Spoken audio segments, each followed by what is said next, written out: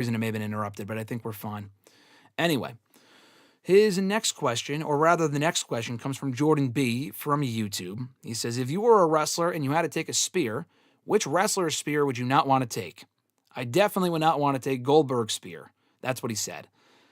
First of all, I would not take any spear from anyone because I would probably be broken in half and it would not end well and you would never see me again. But what spear would I want to take the least?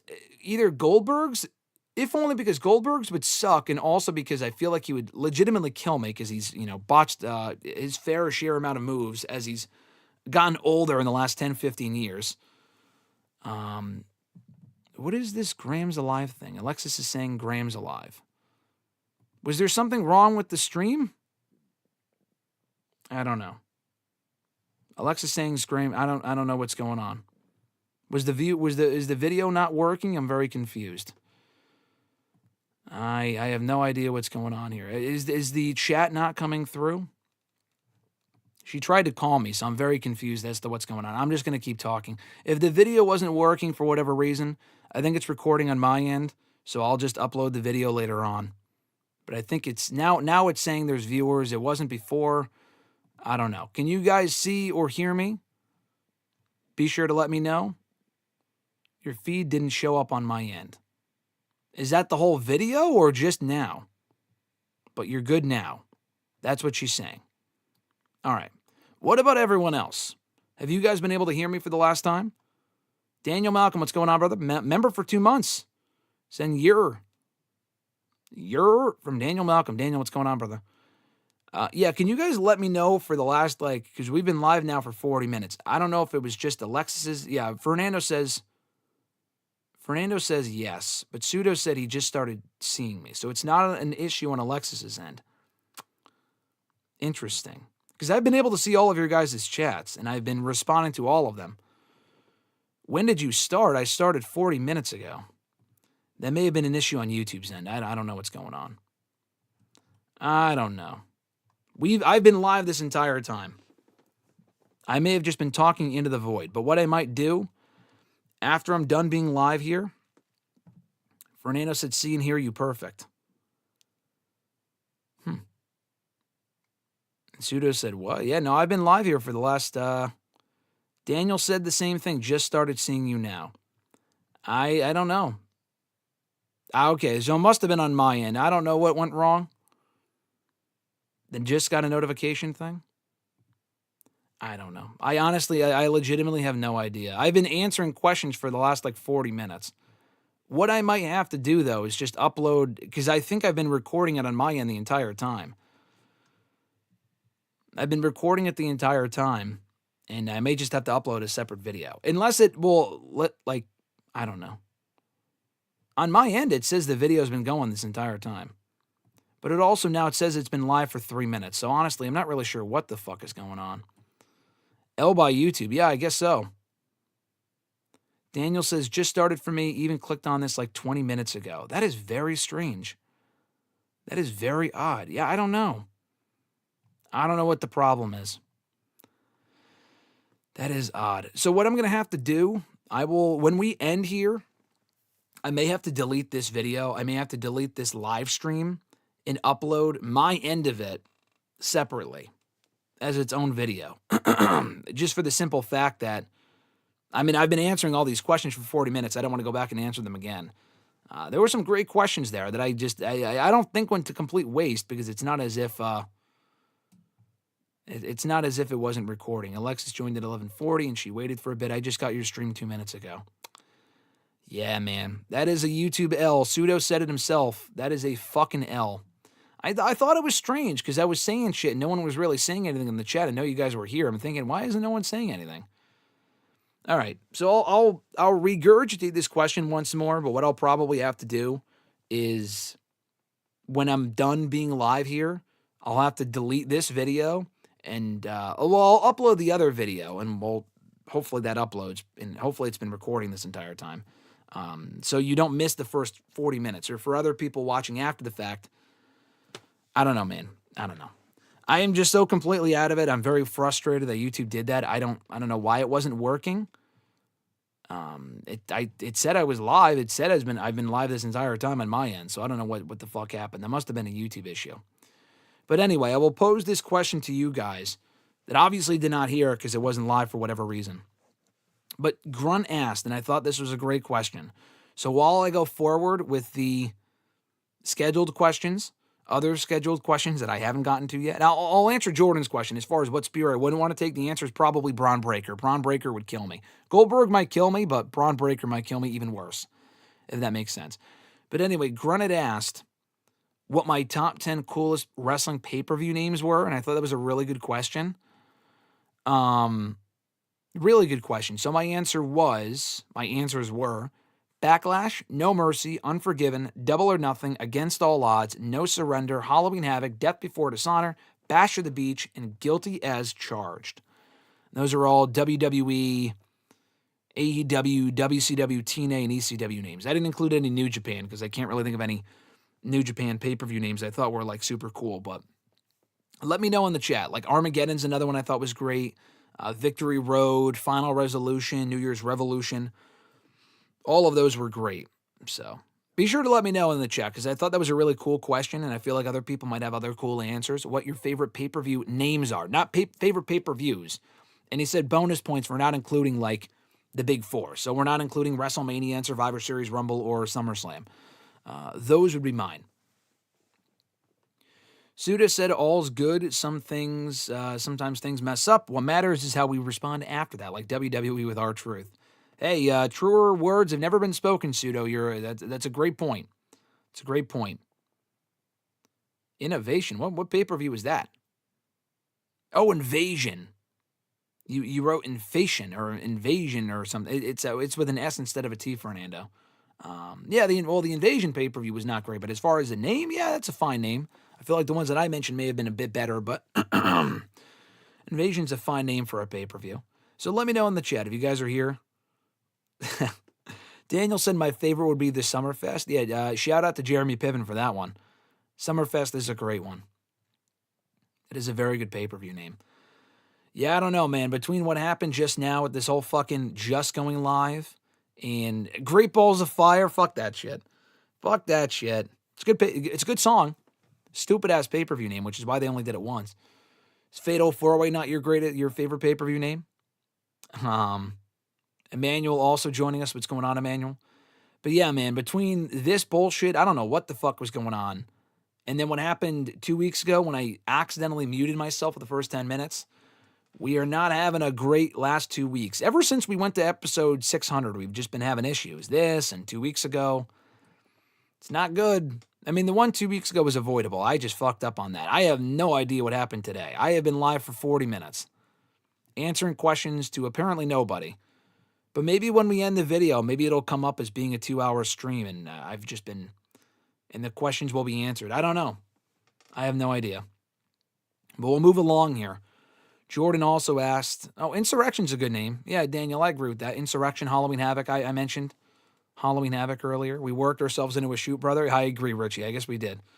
We worked ourselves into a shoot. Well, I haven't talked about the R-Truth thing yet. So the headline question for this video, whether it was a work or a shoot and people talking about that shit, I haven't discussed that yet. So for those of you that are here for that discussion, I have not addressed it. So we'll get to it soon enough. But Jordan asked, do you think TNA has been doing too many pay-per-views lately? It seems like every 2 weeks they have a new pay-per-view show. I don't think it's that they have too many pay-per-views. I think they try to do one pay-per-view a month or a live special a month. It's just the timing sucks. So they'll do like a pay-per-view 2 weeks apart and then like 5 weeks apart.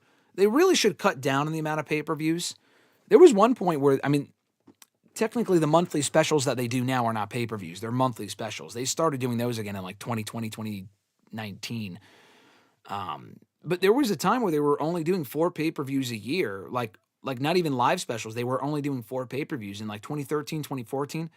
They cut back on the amount of pay-per-views by only doing like Lockdown, Slammiversary, Bound for Glory, and something else. Maybe Genesis. It might have been only those 3, actually. They were only doing 3 pay-per-views a year for a little while there, and I wasn't mad about that at all. But yeah, now they do it once a month. It's just that they had, the Rebellion show in late April, And then another show. Did they do 2 pay-per-views in May? I feel like it may have just been like 1. But they waited a month, and then they had to do another one 2 weeks later. Their timing usually sucks.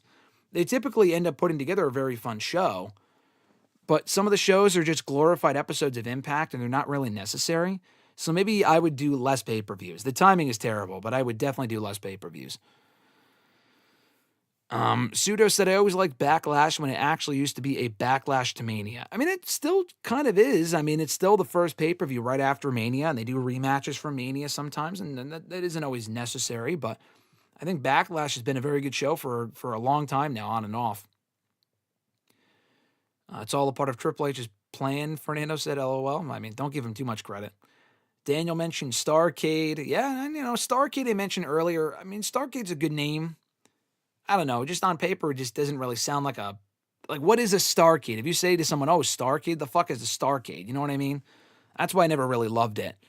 I loved Halloween Havoc. Like, I feel like if you were to give tickets to a wrestling show to a non-wrestling fan, and you said, all right, you have the option to go to World War III, Halloween Havoc, or Starrcade, and they would have no idea what any of those shows meant, they would probably not go to Starrcade. They would probably go to the other 2 shows over that one, not knowing. Like, that doesn't even sound like cool to me, but that's also as someone who's not grown up on WCW. So I guess my answer isn't really legit. Daniel said R-Truth really got the company to pivot. He did. He pulled the old Dwayne Johnson pivot on him. Pseudo says, I think Truth getting fired was a shoot, but they definitely worked us with Cena's off the rails. You can't handle the Truth promo. That was definitely a work. All right. We'll talk about it. There's too many shows, period. Well, yeah, especially in WWE there are, Maria. I mean, we've had in the last couple, we had Money in the Bank this past weekend. We had Saturday Night's Main Event 2 weeks before that. Backlash 2 weeks before that. We have Night of Champions in less than about 2 weeks, 2.5 weeks from now. Then we have another Saturday Night's Main Event in early July, and then Evolution the next day. That is fucking egregious. In addition to 2 nights of SummerSlam. That's just excessive to me. Richie said WWE needs to bring back Smackville and Great Balls of Fire. Hashtag WWE Balls. Seriously, I mean, those names were just too good that they couldn't be topped, so they never did them again. Yeah, Smackville was fucking dumb. Remember Smackville? That was like that one-off house show they taped from Nashville that really didn't serve much of a purpose. I watched that show. I reviewed that show. I have no idea why they even did it, in retrospect. Halloween Havoc is a good name. Alliteration always works. I'm a big alliteration guy. Those names are always, I love the alliteration. John, what's going on, brother? John Ritland is here. He said Starrcade would probably mean more to fans like myself that are older than dirt. Yeah, no, I mean, it definitely is. It means more. I'm just saying on paper, like if I just hear a cool name, regardless of what company I know it is from, like Insurrection sounds like a fucking cool name. I didn't grow up on that shit, but I think that's a cool name. I didn't grow up on Armageddon. I didn't grow up on Bash of the Beach. I just think those are better names. Halloween Havoc, same thing. Guilty as Charged is another one. I am not an ECW fan at all. I think ECW, a lot of their shows were garbage and featured a lot of garbage wrestling. But I think Guilty as Charged is a great fucking name. So I've never really cared about the Starrcade name, so that's why I'm not really disappointed they didn't bring it back. I mean, they did for a house show years ago. 2 house shows that weren't great, and they were very forgettable.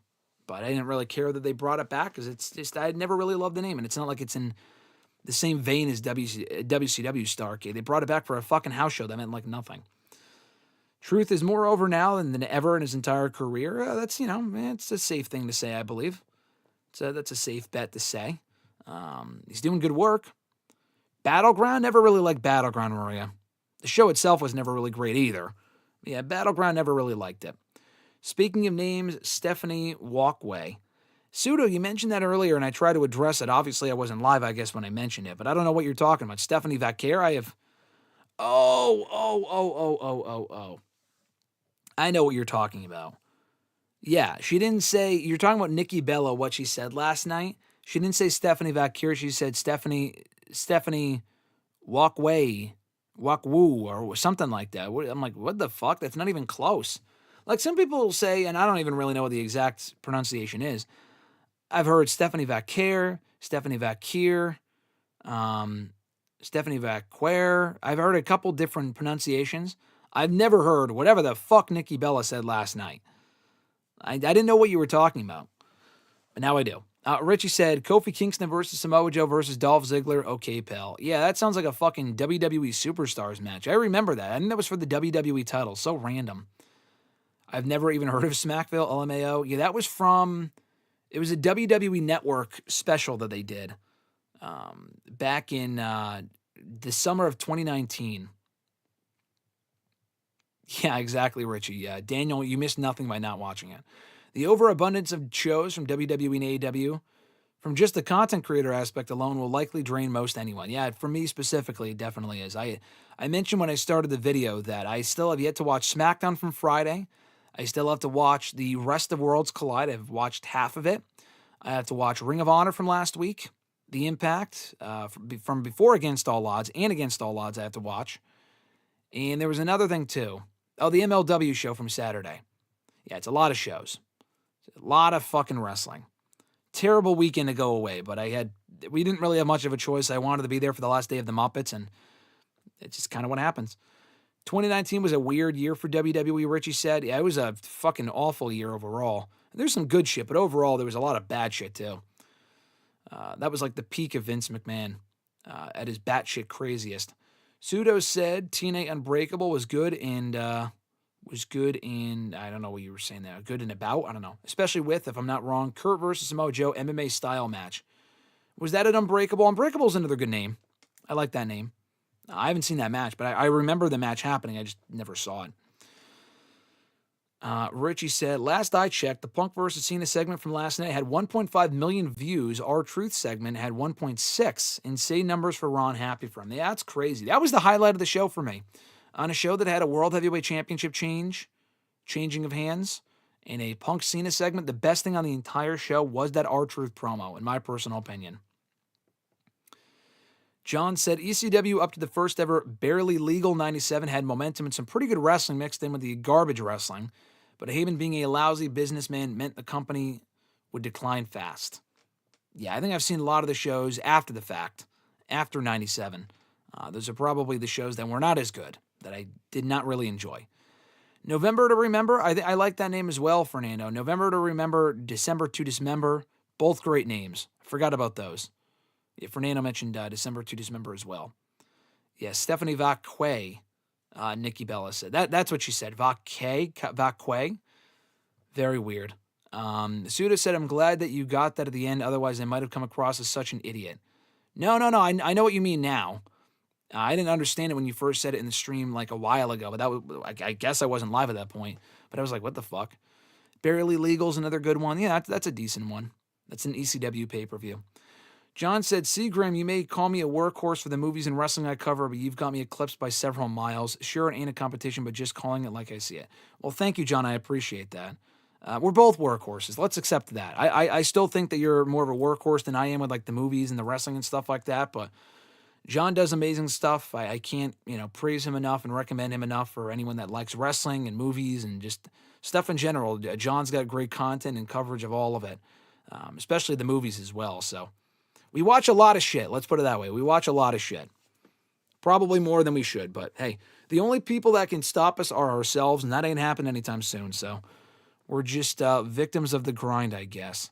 Johnny said, what is your favorite Punk Cena match? Money in the Bank 2011. Not even a question. I love the 2013 Raw match. That match was amazing. My favorite match, period, might still be Punk and Cena from Money in the Bank 2011.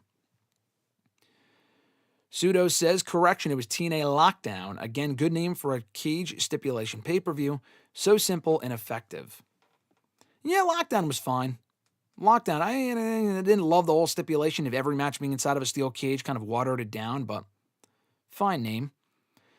Did you get a chance to watch Ballerina? If you did, how was it? Yes, we did actually. So what I probably said last week here on the show is exactly what we did. We got to downtown Disney Springs, last Friday. So we flew in Thursday night. We went to Disney Springs Friday morning, and we immediately saw, and you're going to laugh at me, beyond the movie stuff, we did end up seeing Ballerina. But part of my logic was, we could have waited to see Ballerina. It came out Friday, though. We could have waited until today, $5 Tuesday. Hey, whatever, cool. But I found out if you sign up for AMC's stub membership thing, the free tier, there's other tiers that you pay for. I think John has one of them. I don't know if it's the AMC one or Regal John, but I know John has one of them or had one at one point. We don't live near a fucking AMC, so we don't really have the memberships, but I did have a free membership. They give you a free large popcorn during your birthday month. Well, guess what? My birthday was last Monday. It was this month. So they gave me a free popcorn, and you also get free refills, and they gave me $5 on my account to use. So we saved like fucking $20 on all this shit. Like, it was crazy. We saved so much money on the popcorn, and I think I got like my soda for free because I got $5 off or something. It was insane. It was crazy. And I really liked the movie. Alexis liked it too. That was a really, really good movie. I thought it was awesome. I know it didn't do well money-wise. It lost a lot of money, actually, but I thought the movie was great. It definitely was not a necessary movie. They made enough John Wick movies, and they're still making more John Wick movies for some reason. But the movie itself, I actually really enjoyed. So I'd probably give it a 4 out of 5. I really liked Ballerina. Maybe no more than the other ones, than the other John Wick movies. I probably enjoy those just as much, if not more. But this was in that conversation. It belonged. Very good movie. And the experience itself was cool. And the theater I thought was awesome as well. Noob said, what are your thoughts on the NWA signing a deal with Roku? I believe it'll probably be a video library from the Lightning One era, but the current NWA product's still awful. Yeah, the current product is not great. I don't know if they're airing Power on Roku. I did get the email about it. I saw the post about it on Twitter. I don't know what it entails. It's cool if they get the old library. I think that's cool. But are they airing the current product on there?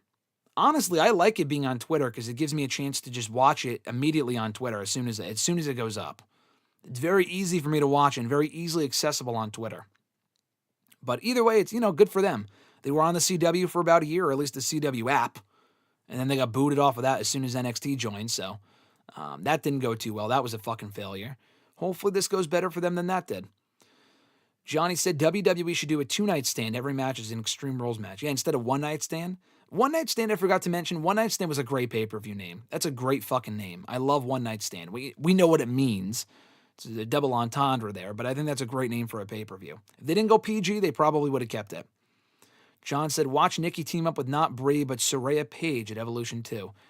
I would prefer that a lot more. Nikki and Liv one-on-one is fine. I have no issue with that. That's a fine match. Liv has improved a lot. Her getting a singles match at Evolution would be really cool. But if we are going to get a tag match, maybe for the tag titles, I would much prefer it be Paige than Brie Bella. Absolutely fucking not on Brie Bella in the, Bella Twins reunion. Absolutely not on that. Yoey Spingucci. So what's going on, bro? They said, hey, GSM. Hope you're doing well, Yoey Spingucci. I think I pronounced that right. Now we fucked up or I did, the pronunciation at one point. But hope you're doing well. Thanks for joining us. Johnny said, ain't no stopping us now. Yeah, exactly. The only person who's going to stop me from covering a lot of shit is me. That ain't no stopping me now. To quote Shelton Benjamin's old theme song. Reggie said, Punk Cena Night of Champions doesn't get enough credit as it should, although the ending could have been done without. But it remains the only match where Cena did a suicide dive. So for those confused, I was confused initially. What he's talking about is Punk and Cena at Night of Champions 2012. I know they're having a match in Night of Champions this year, but they actually had a match initially at Night of Champions 2012. That was a great match, and that was also in Boston. Not that they were really rallying behind Cena at that point. I don't love the finish. The draw thing was kind of lame, but the match itself I thought was very good. I think they actually did another Night of Champions. They did a Clash of Champions in Boston in 2017 too. But anyway, I think their Night of Champions match is underrated. I still say their best matches are Money in the Bank 2011, the Raw match in 2013. But, even still, I think that they had other great matches in 2012 too, including SummerSlam. No LAD, I don't know where you're coming from. You probably just clicked on it to say that. You said it was a work, don't be a mark. It was not a fucking work. You're a mark for thinking it was a work. For anyone still thinking that Archer, and we'll get into it as we address the question that I haven't answered yet that someone sent in. I'll get to soon enough. Anyone still thinking that this is the work? After everything, you think that they worked the entire roster and people that work there and promoters who reached out to him and TNA who had interest. I know they work with these companies, or that company anyway. You think they worked Carlito and Valhalla You think they actually, I mean, I'm not saying these companies are saints, but do you think that they actually fired those people or not renewed their contracts rather? But they made it sound like, oh, R-Truth, we're not going to re-sign him, even though they knew for a fact they weren't. I mean, stop. Use your fucking head. Use your fucking head for 2 seconds. Are you just lapping up the shit that Triple H is giving you because he said during the press conference, oh, it's all part of the show. You're a fucking mark for believing your Lord and Savior, Triple H. I think there's a lot of great stuff that Triple H does. For anyone thinking that just because he said, oh, it's all a part of the show, so it was definitely work, or the fact they brought him back was a work, people who think it's a work are so fucking stupid. Because the part of the problem is, you think it's a work, but the fact that it wasn't a work actually gives you more power. As soon as you realize that it was a shoot, yeah, there's certain things like John Cena's comment on SmackDown, he acknowledged the truth chance. I think that's great. I haven't watched SmackDown yet, but I heard about that. That's cool. I think that's awesome. They brought him back late last week. The dirt sheets, like the Fightfuls and the PW Insider, is their batting average 1,000? No, but they're right more than most. And everything they've been reporting on this situation is 1,000% accurate. Even fucking R-Truth himself said it was not a work. His fucking son said it was not a work. So you're telling me that all of these people are lying or are wrong, but Triple H is right. You're fucking delusional if you think that was a work. I'm sorry. There's certain things that they're incorporating into the storyline, which is great. I guess I'm just answering this question now because he said that stupid comment. There are certain aspects of it that are now a work. What we saw at Money in the Bank was it didn't just fucking run in there, no shit. But like what we saw on Raw was a work, obviously. Work, shoot, if you want to call it that, whatever. Obviously, everything we see going forward is completely a work. They fucked up. They realized that they should not have let R-Truth go in the fashion in which they did. And then they realized, fuck, these people are going to keep chanting his name. The people are really upset that work for this company. On the show, outside of the show, people are upset. We should probably bring him back for one more run. What they did was the right thing. I'm not taking that away from WWE. I'm glad they fixed it. But the reason they fixed it, and I've said it before, people forget about this. It's the exact same thing as the pivot. We were all happy that they pivoted last year to Cody versus Roman. It was supposed to be Rock versus Roman. But why are we all... I mean, we can credit the company for that. I'm glad they did it, and I'm glad they brought back R-Truth. But you can't give them 1,000% credit when they created the problem in the first place. If they didn't fucking fire him, or if they did not renew his contract, we wouldn't be sitting here talking about this. Did it work out for the best? In a way it did, yes, because now they're forced to pivot and give us something better than they did before. If R-Truth was renewed, they probably would have kept him in a comedy role. But at the end of the day, that's also WWE's fault, because they should have had him stop doing the comedy shit a long time ago. The comedy stuff works. It's funny. But the R-Truth, the Ron killings that we're getting right now, they should have been doing that anyway. They should have renewed him and done that anyway. And given him one last run anyway. Not just been like, hey, see you later. Thanks for 17 years. Kicking you to the curb. Fuck you. No. Like, what we're seeing now should have already happened. I'm glad they pivoted. But there should be no need for a pivot if they just did the right thing to begin with. Does that make sense? I mean, come on. To think it was a work and they actually, Carlito and Valhalla still work there. Or if they just worked people into thinking, oh yeah, those people aren't actually fired. But R-Truth, they're actually fired, but R-Truth is not. That's just fucked up. I'm not saying they wouldn't do something like that, but it's pretty clear that was not the case here. Pretty abundantly clear. Come on. Don't be a fucking mark. Don't believe the words that just because you want to prove the dirt sheet's wrong or you want to say Triple H is right, he's our Lord and Savior, thank you so much, TKO. No, the energy stays the same. They shouldn't have fucked up and fired him or not renewed him. They should have kept him from the get-go. I'm glad they changed their minds and they thought better of it, but we should not even be in this situation. That's the point. And people are so dumb that are shitting on people that are calling this what it is, which is a shoot turned into a work, obviously, no fucking shit. But you people are so dumb because you understand that the fact that it is real, like I said before, it gives us more power, that if you actually voice your concerns and you chant things at shows that are justified, obviously, don't get it twisted, that it gives you more power, that you did the right thing and they listened to you. They listen to the fans. Triple H is being a mark for himself by saying, oh, it's all a part of the show. Because they can't afford to have their ego get bruised or get hurt by saying, oh yeah, we fucked up by firing him. They're not going to publicly admit that. Don't be stupid. They would never admit that publicly. They should. They're not going to. They're a company. They're a corporation. It's a business. I get it. Whatever. Who gives a shit? But the people that just go along with it without questioning things, don't question anything. Just take what they give you and don't question anything. You're as much of a moron as the people, as Triple, I mean, not saying Triple H is a moron, but for him to go out there and insinuate that it's all a part of the show. Well, it is now, but it wasn't in the first place. Come on. Stop. You brought him back because you realized he fucked up. R-Truth won. WWE isn't really out on this. People claiming that R-Truth has this massive W. I mean, he did get a massive W by getting rehired, if only for a brief period. WWE honestly rehabbed their own image by bringing him back. So it's not really like they're out that much money. I doubt they're paying him $2 million to do this fucking run that they're doing right now. But anyway, I don't know. The sooner you realize that it's not a work and that this whole thing was real and that it's actually for the best that it's real, do you think the Daniel Bryan thing was a work too? Daniel Bryan got fired. Oh, I remember that whole thing. I mean, the same people that think this is a work are the same people that thought all of that was a work too. Daniel Bryan being in the main event of Mania, that was a work? No, people forced the company to change plans because they shit on the current product because it was so fucking awful going into Mania 30. Did you think Punk leaving the company was a work? No, it was not. Punk was actually going to leave the company in 2011. They turned it into a work when he signed his contract that night. And if he didn't sign his contract, I don't know if they would have had him win. But that started out as a shoot. He was legitimately pissed and he was legitimately leaving. And they capitalized on that and they re-signed him and whatnot. He obviously wasn't actually gone from the company after he won the belt, but that started out as a shoot. He did not resign until that night. That is real.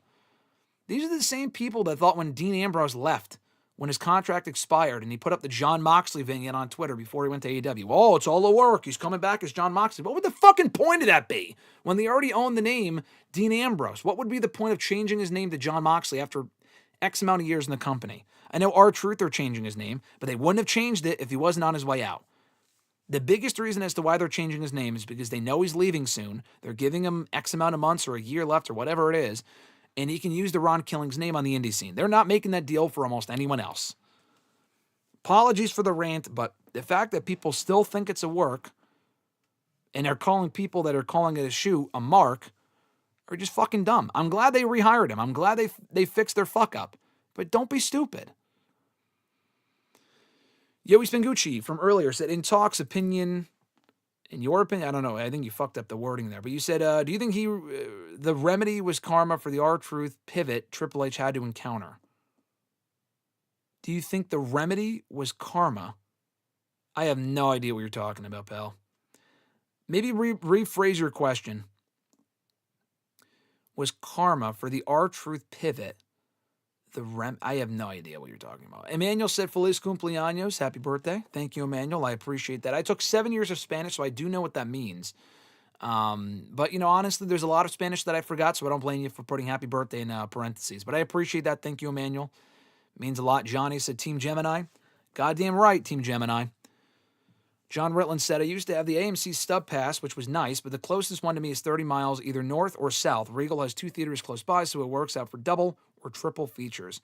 Hey, listen, honestly, I would probably do the same thing. If we were closer to a Stubbs, or there's not really many Regals around anymore over here, but in Connecticut in general, but I would probably do the same thing. Emmanuel said, rip John Wick Cinematic Universe. Yeah, I mean, they're still making the movies. I mean, unless Ballerina performs so poorly, I don't really think it needed a cinematic universe anyway. The movies are good, but did it really need another movie? No. Do we need a John Wick 5? No. Do we need another spinoff? No. Maybe the Ballerina underperforming are they still making, is the other spinoff made officially? Did they already, complete it? Because they might just cancel it, honestly. It's very possible, and I wouldn't complain, although I like Ballerina. Pseudo says, thoughts on the mystery 4th participant in the King of the Ring qualifier, potentially being Ilya Dragunov. Would love that personally, but I think he's out for longer. Nope, that's my pick. Honestly, if it's not him, let's say it's Karrion Kross. What would be the fucking point of not putting Karrion Kross in the tournament to begin with? Why would he be a surprise? That he's already on the roster. He's on the show every week. I would love it for it to be Karrion Kross, although he's never going to win King of the Ring for obvious reasons. Not so nice on the initials would King Karrion Kross be. But anyway, Yeah, no, Dragunov I think is a pretty safe bet. Grunt said, hiya chat, or hiya Graham in chat. Grunt, what's going on, brother? Thanks for joining. Glad to see you in the chat as always. WrestlePalooza pay-per-view. Don't love the name. Pseudo said, being new here, it was today that I realized your name is Graham. Glad to know that. Yes, Graham GSM Matthews. I mean, I say it at the beginning and end of every single video. But you know that now, so that's totally fine. Glad you know my name. Daniel said, thoughts on the mixed reaction when Punk said Cody is the best that we got right now? I mean, Cody's just, people tire of him in the main event spot because I think people also know that they're headed to Cena and Cody too. The first match was not great. Cody's getting that belt back. People will not like that. I feel like it definitely makes sense. Cody has to beat Cena after that disaster at Mania. He has to avenge that loss. But I can't say I'm shocked. It was inevitable that Cody would start to get mixed reactions. Maybe not full-on Cena reactions from like 2009, but it was more inevitable that he would get more boos eventually. I'm just shocked it took this long. So it's a little concerning. They should probably try to fix that by having Cody, I don't know, do something to kind of get those people back on his side. But I can't say I'm too shocked. Noob said, never forget the Brie Bella and Liv Morgan fiasco back in 2018. Yes, I remember that. That shit was very, not great. That whole, when Liv almost fucking, I mean, would they bring that up? Or Liv was like, oh yeah, your sister almost killed me. Or was it Brie that got hurt? I don't remember, but it was a whole ordeal. John said, on the movie front, I will have another 10 to 15 up by the end of, including midway list, best, worsts, horror movies, and movies overall. Oh, there you go. Well, yeah, because we're approaching the midway point of 2025. I guess that makes sense. So check out his lists. He has a lot of great lists and a lot of great videos. Pseudo said 2012 really was the year Cena decided to go bonkers with his moveset. 2012? I feel like 2015 he really tried to expand with like the whole springboard stunner shit. I mean, I guess 2013 he did that Hurricane Rana, so you might be right. Grunt said, here's to Lucha Libre finally being legitimized by WWE. Also, happy 1 month to me. Happy 1 month to Grunt for being a member for 1 month. Thank you, Grunt, for that. We appreciate it. Happy 1 month. I shouted you out at the beginning of the stream, as I always do. But again, it didn't make the stream. I guess we went live after the fact for some fucking reason. I have no idea why. But yes, Grunt, I did answer your question about Lucha Libre at the beginning of the video. And you asked, like, which comment was stupider? Lexus King saying that, he was better than Okada and Omega or whatever the fuck. And the Rey Mysterio comment. The Rey Mysterio one was worse. Because WWE certainly did not legitimize Lucha Libre. If anything, WCW did. So if that comment or my answer to your question did not make the video, I might have to upload it separately. I don't know what happened with YouTube today. They fucked me over. People aren't getting notifications. I don't know if they were shadow banning me. And that term is just so dumb, but I don't know what's going on. But it didn't work for some reason. Don't work yourself into a shoot. Emmanuel said, I agree. Hulk Hogan said it himself. Don't work yourself into a shoot, brother. I'm shooting on the minute. Yeah, I wish. Is this a work? Me shooting is a work. Me shooting is a work. The R-Truth thing is a shoot. Noob said, a lot of people excited to see Asuka coming back next week to compete at Queen of the Ring, but a small majority say that WWE just spoiled her return, even though she was rumored to return 5 months ago. I agree with everyone else. I think it's fucking dumb they spoiled that return. I'm not saying it would have been... It's not the biggest deal in the world, but bro, you got to remember something. She was gone for a fucking year. Yeah, we know her return was rumored 5 months ago. A lot of people don't. A lot of people don't pay attention to that shit. We do. A lot of people don't. So the first time that we're seeing Asuka since May of 2024 is in a fucking graphic. Now, it's one thing if they announced it via a video package. That also would have been annoying.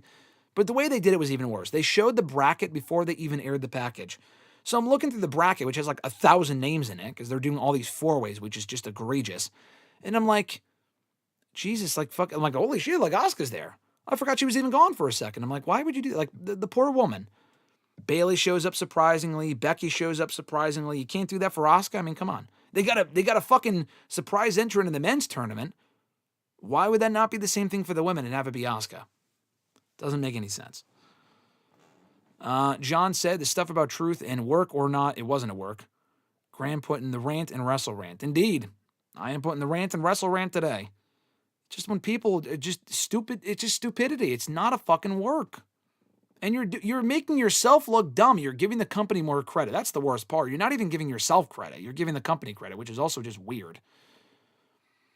Emmanuel said, I don't remember the full quote, but WWE commentary outright said, don't believe the dirt sheets when Alexa Bliss returned at the Royal Rumble. I remember I heard it, even though everything that was reported was true. They didn't say Alexa Bliss was on her way out.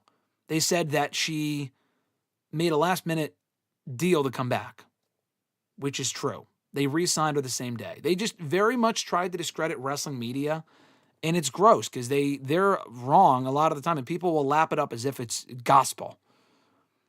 Like, oh man, they were right. The dirt sheets were wrong. No, a lot of what PW Insider and Fightful specifically report, say what you will about the Observer, that's very shoddy at this point.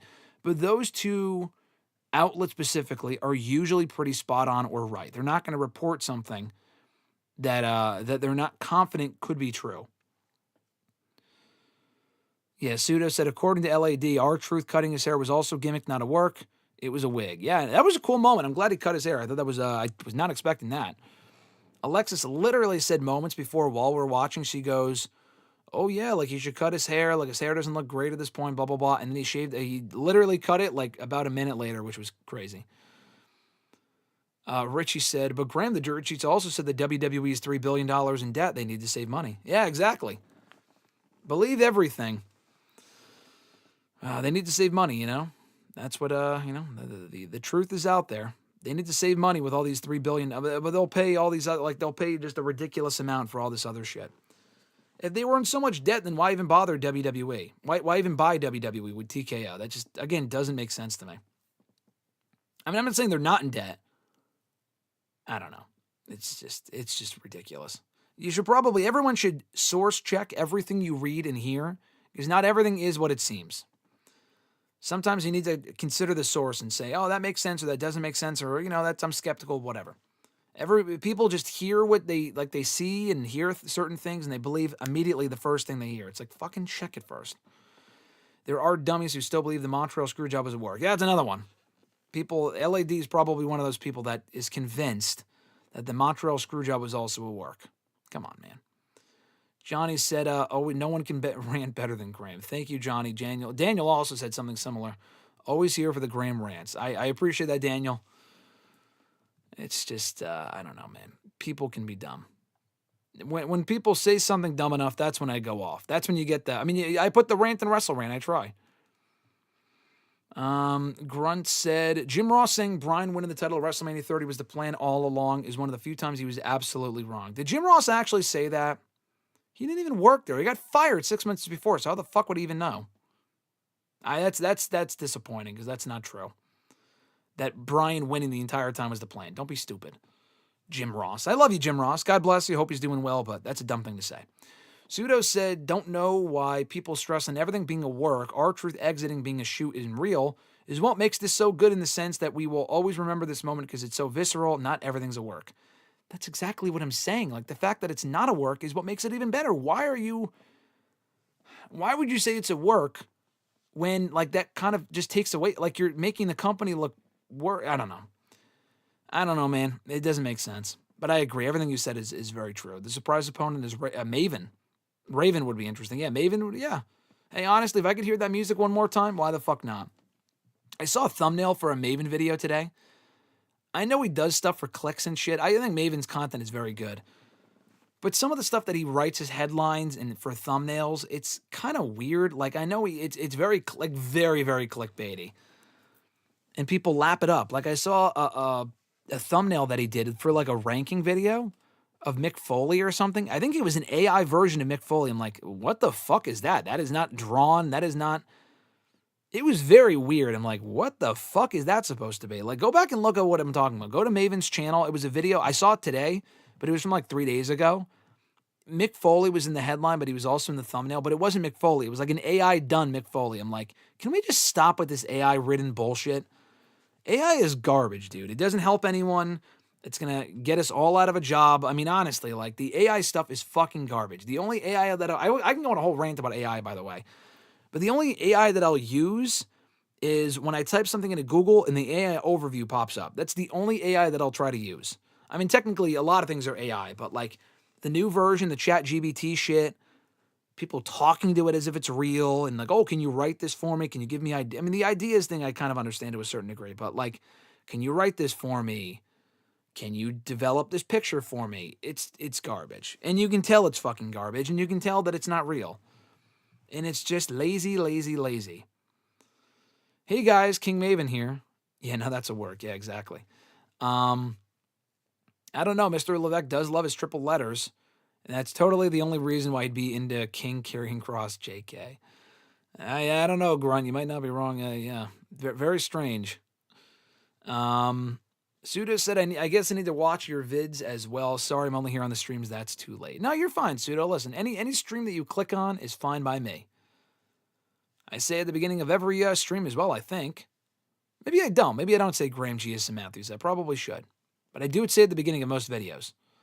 But thank you, Sudo. Always appreciate that. King carrying cross. Cue the Krusty the Clown clip. KKK, that's not good. Yeah, no, seriously. What Mysterio said broke my heart, Fernando said. What the WWE gave them the seal of authenticity, AAA that is? Yeah, it was a silly thing to say. I love Ray, but that was a silly thing to say. If you're not down to the WrestleRant, I got 2 words for you. Kick rocks. That's right, Johnny. That'll be our new catchphrase. Pseudo said, I think Asuka being in the graphic was a mistake. Triple H went so angry backstage. Where is that pissant promo we shot for her actual reveal? Yeah, let's air that quick. It might have been a mistake. I haven't heard that it was. I just feel like they just don't care. They're probably like, yeah, it doesn't. I don't give a shit if we just reveal it out of the gate as part of a graphic.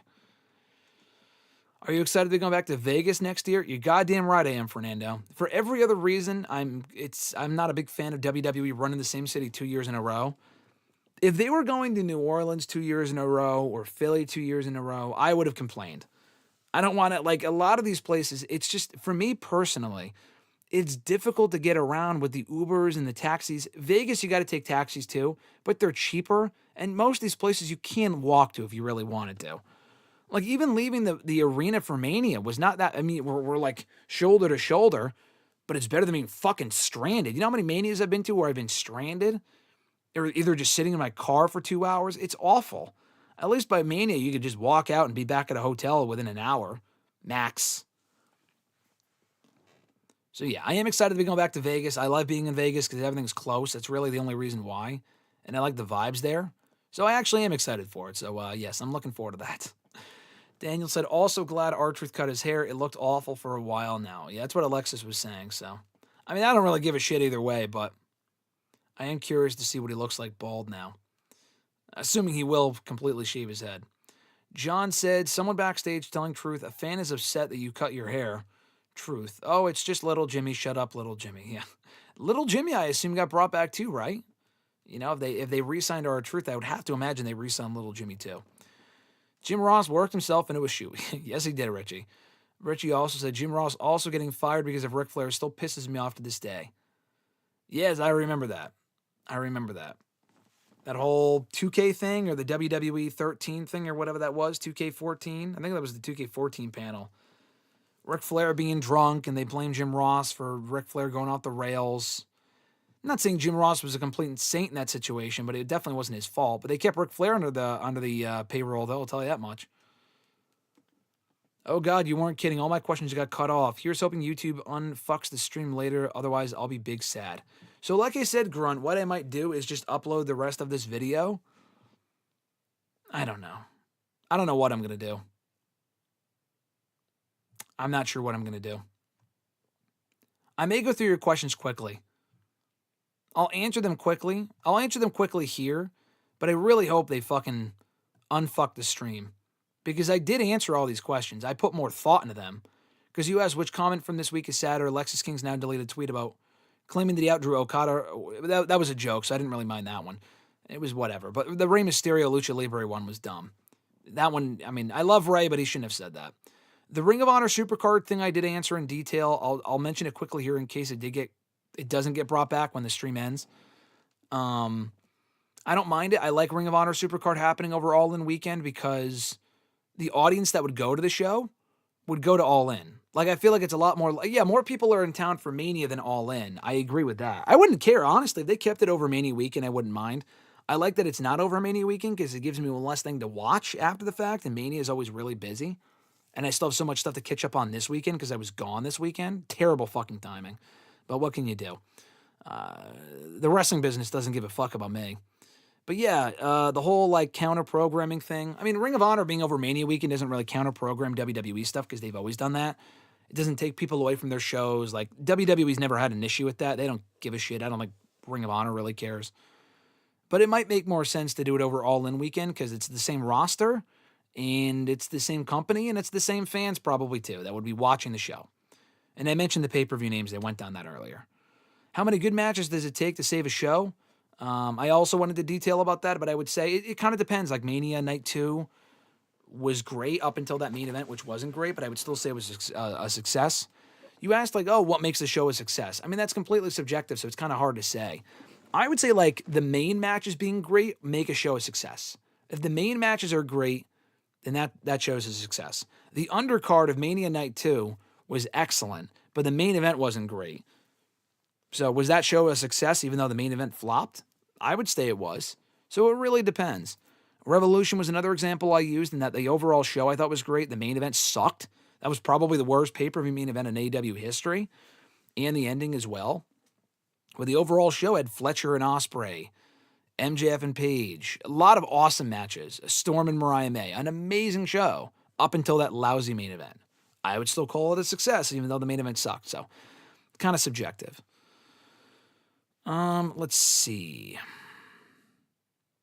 Yeah, I guess your questions did get cut off when I was talking earlier. That's YouTube's fault. I guess I just got to do a better job of making sure that we're live in case we're not live. Pseudo said, what a slobber knocker of a comment, Rich. Yeah. Emmanuel said, not too fond of AI either. Alexis said, where did she say her comment? As a graphic designer, I use a lot of AI as a tool for certain elements and stuff I'm working on. Well, AI is garbage, so you can use it to benefit certain things, I guess, whatever, but I think AI is trash. If AI was around when I was like in college and school and high school, can I say that I never would have used it? I mean, I can't say that. I have no idea what younger me would have done. Probably not, though. I just think the idea of it now, like people reading articles that are written by AI, or like I see news clippings all the time of like the new wrestling news websites will write up a news article and then put they'll have a robot read it and have it be a news clipping. They're not actually paying people to read off this shit. It's a fucking AI voice. It is garbage. It's garbage. John Ritland said, AI is a big reason why content creation will be trouble unless the majority realizes it is a lazy crutch to use. Exactly. And the problem with AI is that it's getting better with making it not look fake or sound fake, but people aren't getting smarter to realize that it's not real. People are still just as dumb, if not getting dumber. That is the problem. That is the key. People will continue to realize, this is real without actually checking things. They do not question things. They do not check the legitimacy of what they're watching or what they're reading. They just buy it as fact. I mean, come on, use your fucking head. A lot of this AI shit, you can kind of tell off the bat that it's not real or that it's not like, come on, would someone, like, would this writer actually write that? I mean, come on. The AI shit is, AI is a work. It is a work. It's a bad work. It's terrible. Don't worry about the typos, Grunt. I do typos all the time. I misspeak all the time. Don't worry about it. John said AI is a big reason why I already read that, sorry. Let's see. Johnny said Triple H had triple threats for Money in the Bank and 4 ways for King of the Ring. I will go over this again on Thursday because I know RJ wants to speak on this as well. This is what I'm talking about. I talk about AI being lazy. This is fucking lazy to me. Brother, we are getting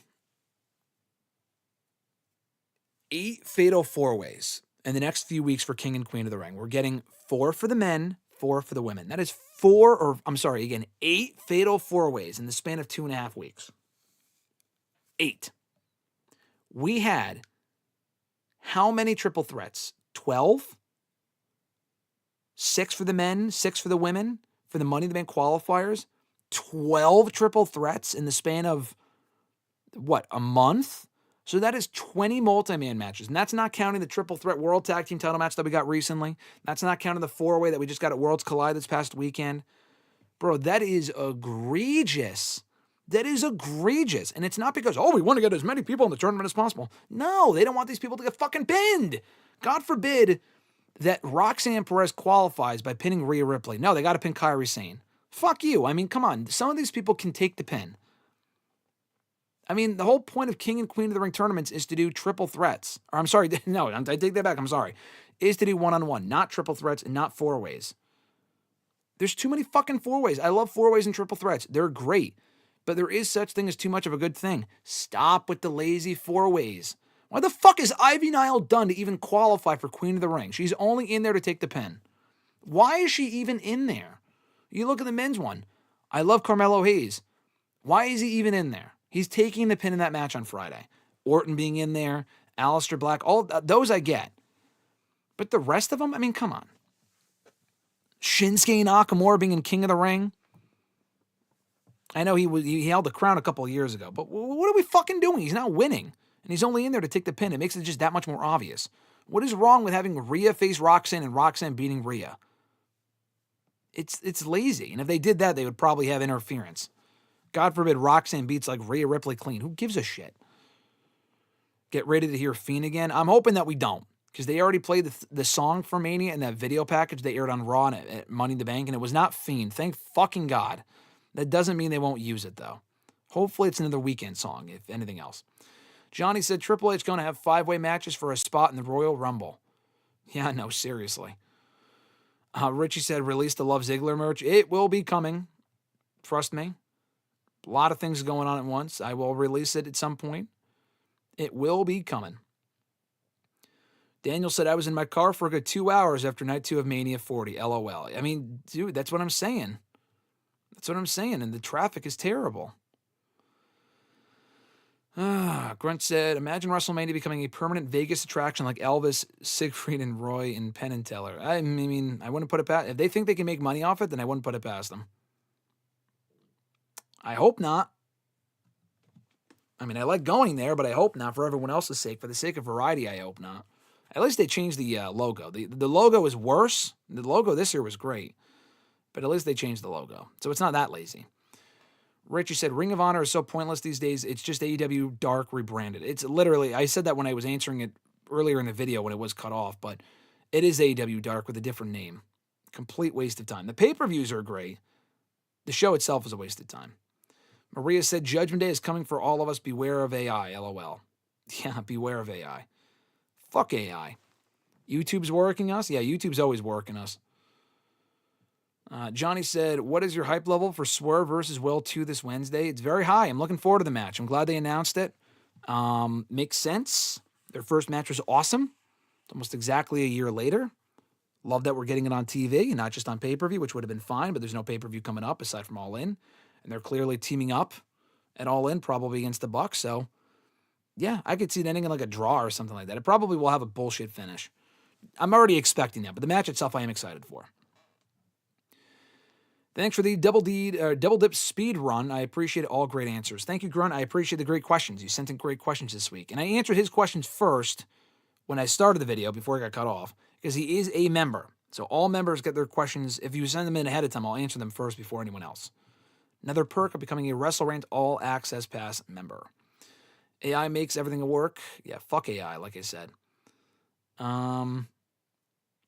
John also said, doing 4 to 5 matches for Raw and SmackDown when each show is 2 to 3 hours long is abysmal.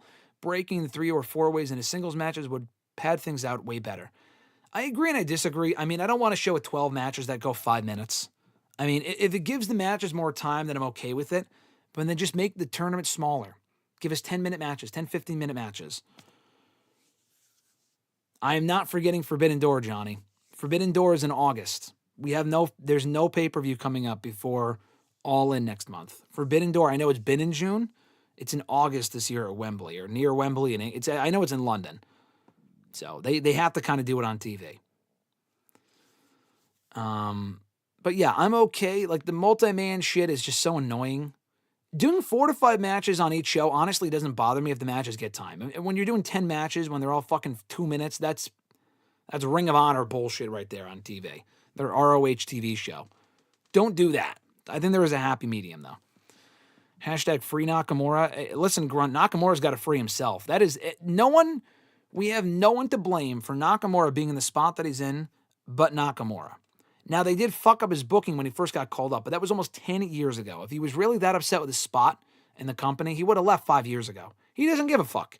He's totally fine with staying put and surfing, collecting a paycheck. I wouldn't be shocked if they let him go at some point. Honestly, I could see Triple H and TKO looking at the book saying, what are we getting out of this? We're paying this guy $1 million to do nothing.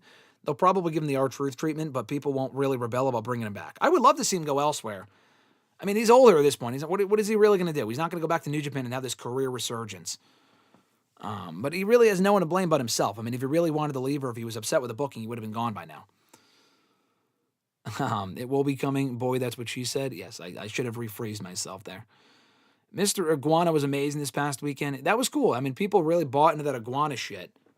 Really, he was really over with that crowd and really over online as well. I'm sure that's not the last time that we'll see him on WWE television. Pseudo said, thanks for recapping the previous questions. Of course, my pleasure.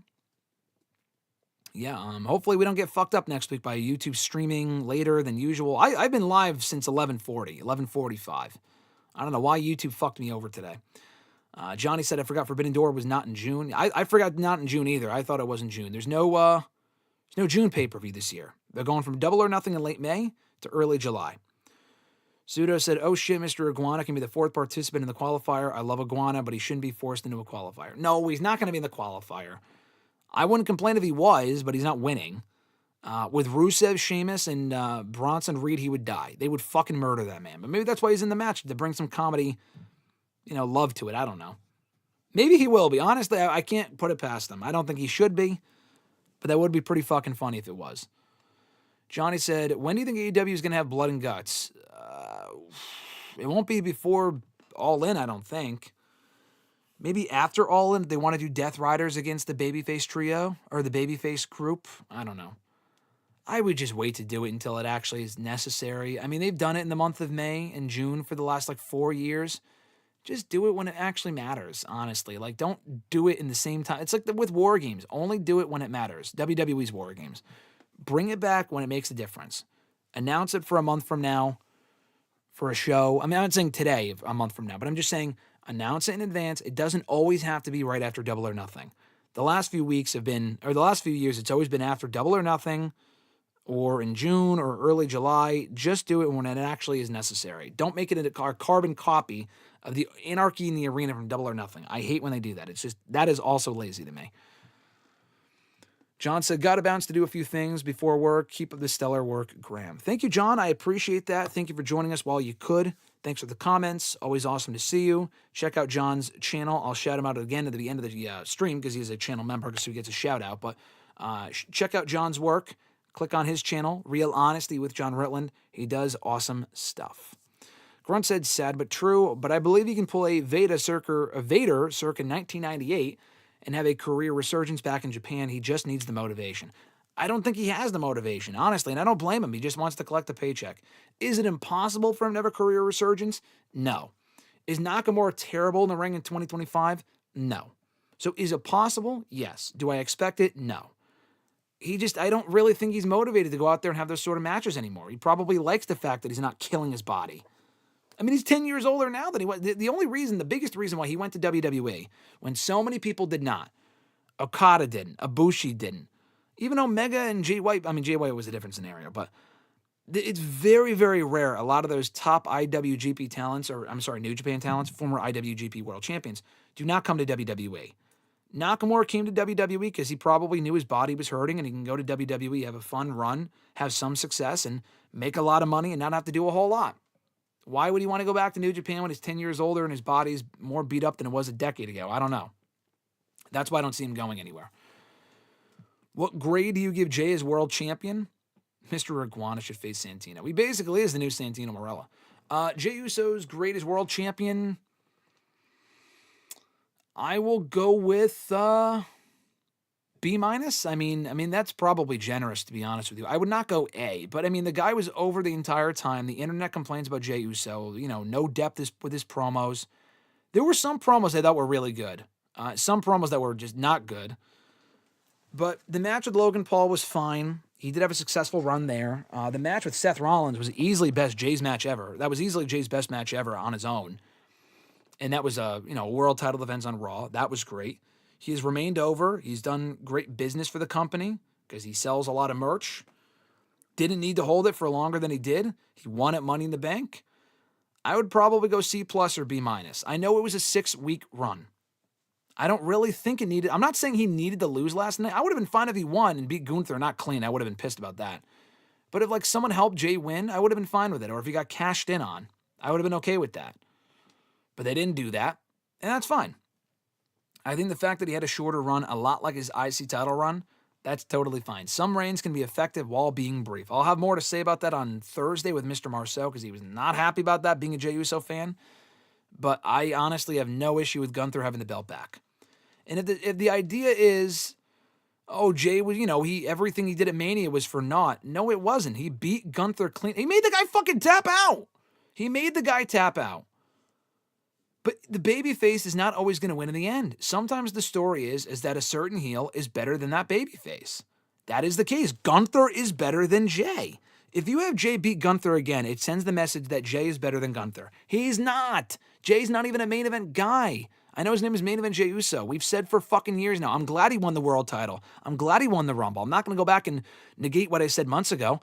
I was happy with the Mania match. I was happy with his Rumble win. I was really happy they went in that direction. They capitalized on the popularity. But Jey Uso is not a main event performer, the same way that Rollins is, or Gunther is, or Breakker will be, or other people on that fucking show.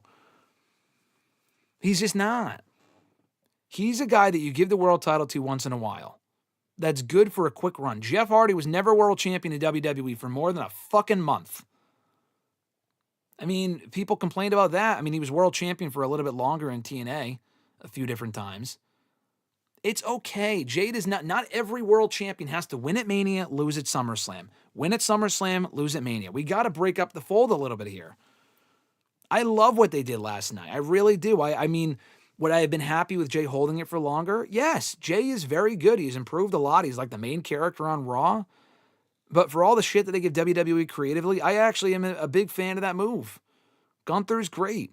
I don't know what their plan is, and that's another thing. It's not predictable. I have no fucking clue where they go from here. I still think Cody wins King of the Ring, and he faces Cena at SummerSlam. But maybe someone who wins King of the Ring goes after Gunther instead. Is Goldberg and Gunther for the world title? I mean, it probably would be now. But is that at SummerSlam? Is that at Saturday Night's Main Event in Atlanta? I don't know. I like what we got last night. Might not be a hot take, but that's how I feel. Jay will be fine. I mean, honestly, even if they put Jay back with Jimmy, he's a tag team guy anyway. I mean, I wouldn't put him right back with Jimmy right away, but really at the end of the day, they are meant to be a team. Jay can be, they can be a team, but also do single stuff. Like specifically Jay. Like Jay can be aligned with Jimmy. Like they're kind of doing that now. They're just on separate shows. You can have them back to being a team, but also have Jay challenge for the US or IC title. That's probably his ceiling anyway. He is not a world champion performer. He's just not. For short spurts, yes. But Jay should never have a 6-month world title reign. I mean, his in-ring work alone is the reason as to why that should not be the case. That promo with Gunther a couple of weeks ago was fucking awful. He forgot his lines. The segment last week was good on Raw where he encountered him backstage. That was good. But the promo the week before that, though, 4 words, 1 word letter, like it's just the same thing every time. We need more depth. And that's not a guy that you put the world title on 10 times for 6 months at a time. He's just not that guy. But I'm glad he got the moment because he's over enough and you capitalized on him. But that shit doesn't last forever. Gunther is better. Therefore, Gunther should beat Jay more than Jay is beating Gunther. Again, that's just how I feel. Johnny said, Megan Bayne and Penelope Ford might become the inaugural women's tag team champions. No, they should not. AEW has too many titles as it is. They do not need women's tag team. WWE doesn't even need women's tag titles. Doesn't mean they won't do it, but it's a complete fucking waste. Those things will just get forgotten about. I promise you. They will not have any importance whatsoever. Tony Khan already has enough of an issue as it is booking the women's division. Creating tag titles will not solve that at all. Pseudo says, it'll just create more problems. But Pseudo said, I got to be honest, before Worlds Collide, I used to think Mr. Iguana had an actual iguana with him. I didn't watch AAA, so when he made his entrance with the iguana pup in his mouth, I freaked out. I thought it was a real iguana, too. I knew nothing about the guy, so you're not alone in thinking that.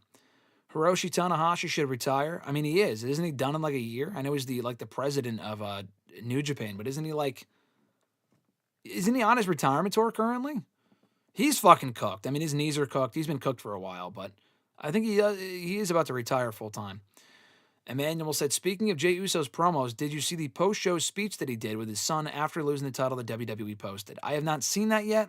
I saw clips of it, not listened to it. I haven't listened to it, but I will go back and watch it at some point. Jey can be a great promo, but I feel like he kind of rests on his laurels sometimes. Whether they have him do that or that's just him, he's just not as good of a talker or as good of a wrestler as probably half of the current roster, if not more. Fernando said, when do you think Seth is going to cash in? Probably closer to SummerSlam, because at this point, if they're not turning Gunther, I don't think he cashes in on Gunther. I don't think he cashes in on Cena. So I don't know. It probably won't be imminently. I thought it would be with Jey as champion, but now that he's not, I don't think it's imminent. What was your favorite match at Money in the Bank? Probably the men's. Oh, no, actually, you know what? Becky and Lyra. Becky and Lyra was an excellent match. Easily the best match in the entire show. The two ladder matches were good. If I had to choose, probably the men's ladder match. But of the entire card, definitely Becky and Lyra. Great match. 4 letters, 1 word, yeeted on Raw after they went off the air. Was that all he said? He must have said something else. Johnny said, Penta going to dethrone Gunther at SummerSlam for the world title. Keep dreaming, Johnny. That ain't fucking happening. Wouldn't complain, but that ain't fucking happening. Grunt said, yep, he's on the retirement tour as we speak, thankfully. Okay, that's what I thought. I think he's having his last match on U.S. soil soon if he hasn't already. I think he's also wrestling at Forbidden Door, if I'm not mistaken. I think they announced that as well. Anyway, back to the scheduled questions here. Emmanuel, actually, had a couple different questions. He said, not wrestling related, do you like Disney's live-action remakes? I saw you advocating for Lilo and Stitch getting a sequel. Admittedly, I don't care for Disney remakes, but you'll be happy to know that Lilo and Stitch remake has surpassed $750 million and on a $100 million production budget, so a live-action Reuben has a good probability.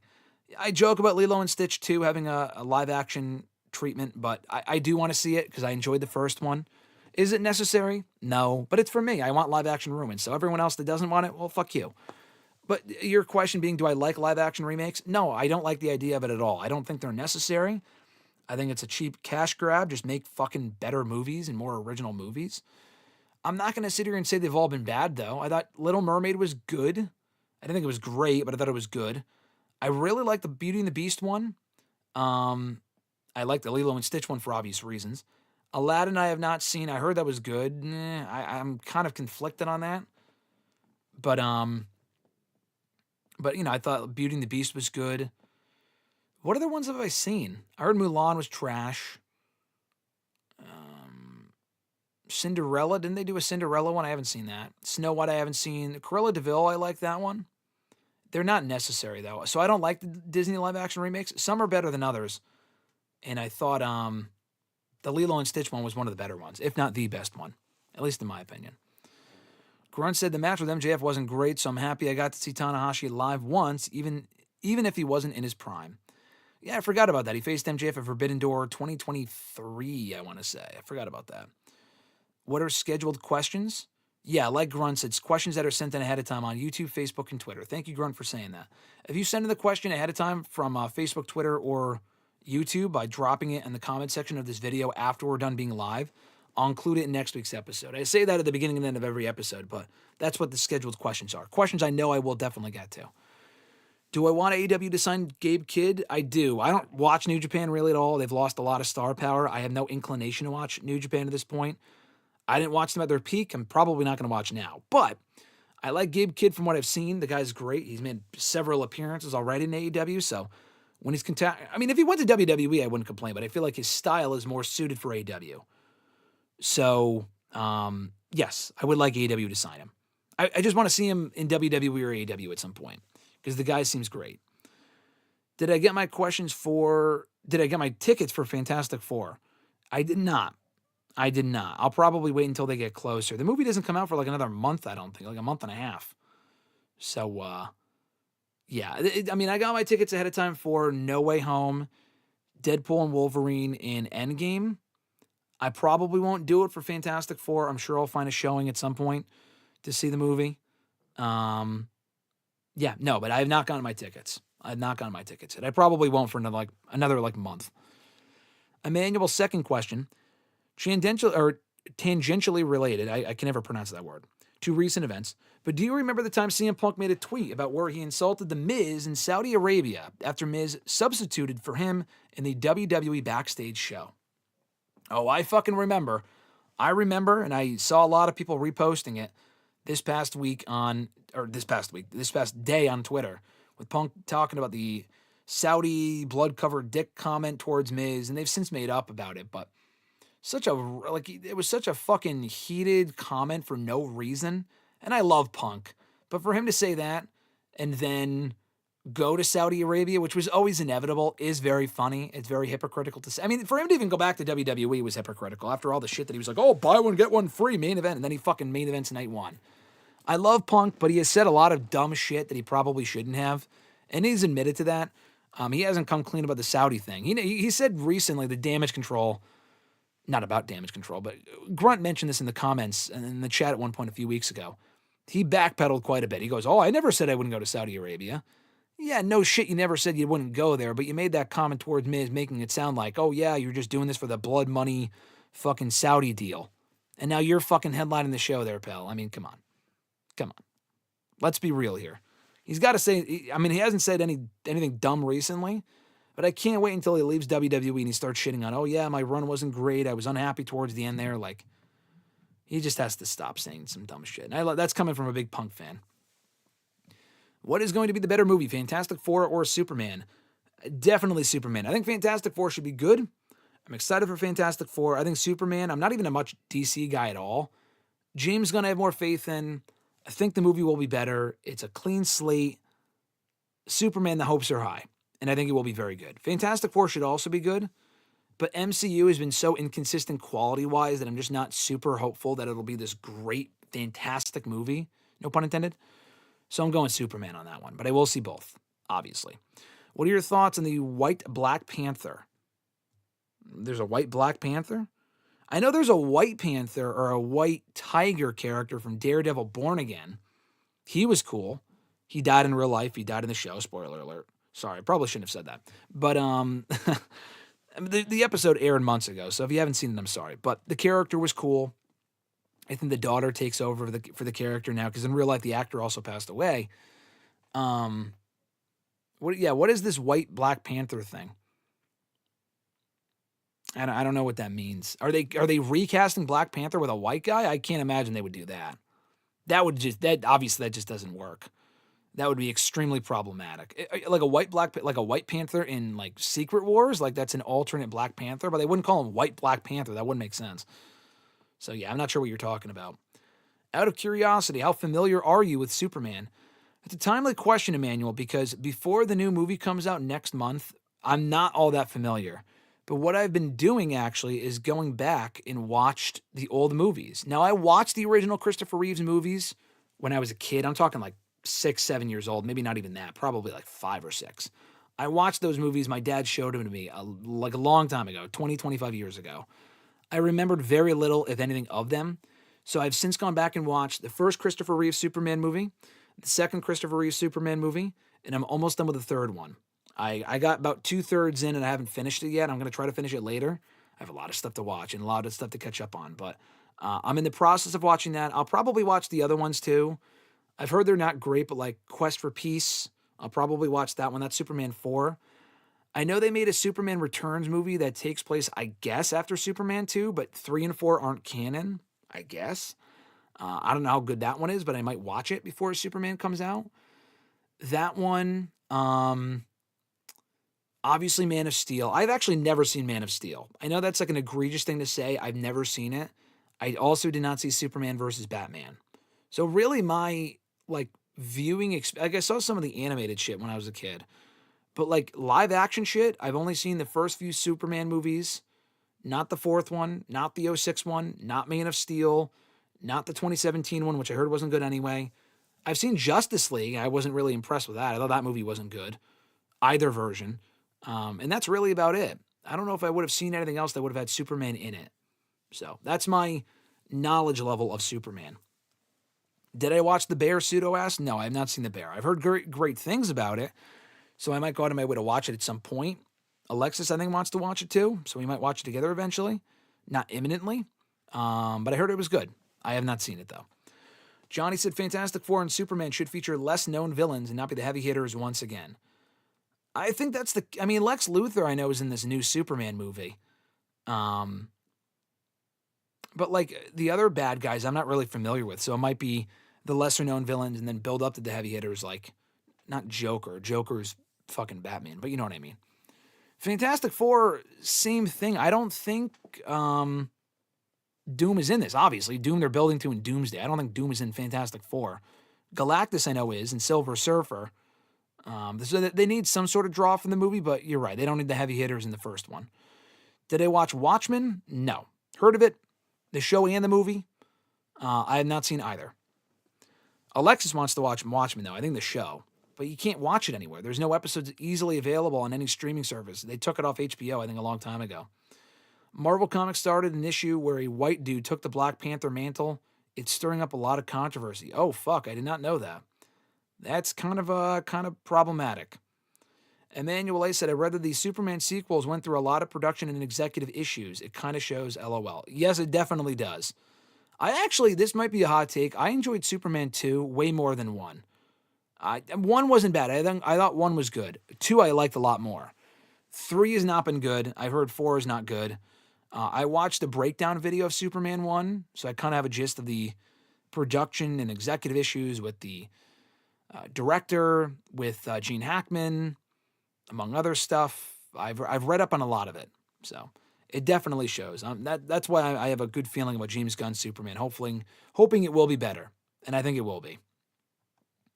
Emmanuel's other question that he sent in ahead of time, he said, do you think Triple H's NXT, particularly the 2014 onward NXT TakeOver era, was better than Triple H's Raw SmackDown booking? Or specifically, since a lot of people seem to lament things like 5-match PLEs and the booking of the mid-card, do you think Triple H's creative strengths/flaws have changed, or is it the same atmosphere and structure, main roster versus developmental third brand, that changes things? That is exactly it. And I'm glad you brought that up, Emmanuel, because his booking of the main roster is very similar to NXT, but his issues with the booking in NXT, it's not the same thing, because his booking of the women was definitely better in NXT, but his booking of the tag division in the main roster is very similar to what he was doing in NXT. The tag division was never really all that great in NXT. It never really got a lot of focus, but there weren't a lot of criticisms because it was a smaller platform and because they had less roster. Like, it was an hour-long television show for a long time. So the margin for error is a lot smaller. And there's a lot less PLEs, a lot less takeovers. Now, there's a lot more to deal with sponsorships, more pay-per-views, much bigger roster, a lot more talent. I mean, even when he was running NXT, people were complaining, oh, the roster's too big. But the roster is 10 times bigger now in the main roster than it ever was in NXT even 10 years ago. So his style of booking is very similar. But he was doing a lot of safe booking in NXT. There weren't a lot of like massive big angles aside from like betrayals. And even that he did like a million times. He mastered that. But like big, exciting angles, he didn't really do that all that often. It was really the wrestling that sold a lot of people and the simplistic booking that sold people on NXT and the talent. And also the fact it was just so much better than the main roster, which was fucking garbage for a long time. Now that the main roster is better, there's a higher bar for quality. So people have a lot more to go off of. And the bar isn't like, oh yeah, it was better than 2019. Sure, but that doesn't mean it's always great. You know, like, it's a higher bar for quality, a lot more shit that he has to deal with. I'm not giving him excuses, but you're absolutely right, and I'm glad you brought that up.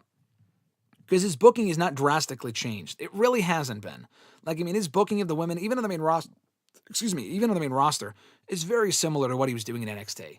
It's just more exposed because there's a lot more eyes on it. There's a lot more hours to fill. He wasn't filling fucking 10 hours of TV every week on NXT. It was really only one. He didn't have developmental. He didn't have like Level Up and Evolve and Raws and SmackDowns to deal with. Quarterly PLEs and the 5-match cards he was doing on PLEs in NXT. And I'm glad he's doing it now. I have no issue with 5-match PLEs. But you also didn't have 10 minutes of commercials due to fucking all this bullshit. Like, that was the network didn't have that, but that has since changed, and he can't really do much to control that. That's a TKO move. They're making more money, and that's part of the reason why. So I get it. But I'm glad you brought that up. I still think Triple H's booking is very good, but it could definitely be better. There's a lot of issues with it that were already prevalent in NXT, but no one really talks about that. Like, so for example, for everyone says, oh yeah, Shawn Michaels Cooks is NXT booker. Bro, he would deal with the exact same issues on the main roster as Triple H if he got moved to the main roster. It'd be the exact same shit. He has a smaller sample size to deal with. So, of course, it's not going to be as much of an issue to book NXT as it is Raw and SmackDown. It's not the same thing. Let's see. Green Arrow or Hawkeye? Totally Hawkeye. I've always been a Hawkeye fan. He's probably my favorite Avenger. That might be that's a bold take. It's very much a hot take, but I've always liked Hawkeye and Jeremy Renner as Hawkeye. So totally Hawkeye. Yes, I did not see Batman versus Superman, Fernando. I will watch it maybe as part of this rewatch I'm doing right now of the Superman movies. We'll see. I don't know if I will or if I'll have time for it. Superman 2 is my favorite Superman movie, Fernando said. Yeah, I like Superman 2. They bring back the people that they kind of shun from the first movie, the very beginning. They kind of explore the Krypton stuff more. Gene Hackman has more of a role, I feel like. It feels like he has less of a role, but he's actually better in the second movie than the first one, which he really isn't in a whole lot. Yeah, I think Superman comes off better. The characters kind of find their footing more. I like the story more. I like Superman 2 a lot more than 1, although 1 was still very good. Who remembers the Ascension in NXT? Yeah, neither do I, Richie said. They are still, believe it or not, the longest reigning NXT Tag Team Champions of all time. Make of that what you will. Richie said, is current NXT caught up to OG Black and Gold NXT in terms of quality, or does it need a bit more time to reach the status that the brand had when Triple H was running it? I don't know if it ever will. That's a good question, Richie. I don't think it ever will. It was a special time in NXT. The booking in NXT is fine now, but you got to remember, the roster that we had back then far exceeds the roster that NXT has now. And the booking of NXT now is good, but they had 1 hour of TV every week, not as many commercials because it was on the network. It was much more of an underground thing. And the PLEs were awesome. The PLEs were awesome for a big part. I mean, the PLEs would have been great regardless, but a big thing with the NXT PLEs back then was that they were far better than anything TNA was doing and the main roster was doing. Now, Ring of Honor and New Japan were killing it back then, but on a main scale, like a US primary major platform, the NXT product was the best that anything being put out in wrestling was. When AEW came around, that stole a lot of NXT's thunder. And it still has. Like, AEW's pay-per-views have consistently been better than NXT's PLEs. That's just how it is. So I don't think it'll ever catch up to that. I don't think NXT's booking or NXT's buzz will ever, it's had its peaks and valleys in the last year. It will never get back to being at the same level that it was at 10 years ago. Just because the booking on the main roster is better now, AEW is a thing, wrestling is kind of different now. It's just not the same. Like the same way that Raw and SmackDown, say what you will, it's as good as it is now, will never reach the same level of buzz that it had back in the Attitude Era. It will never be the same as that. You could say the same thing there too. Yoey Spengucci said, what's Shawn Michaels' success rate in NXT when he's not just redoing his old storylines? You didn't say, or old hits, he said.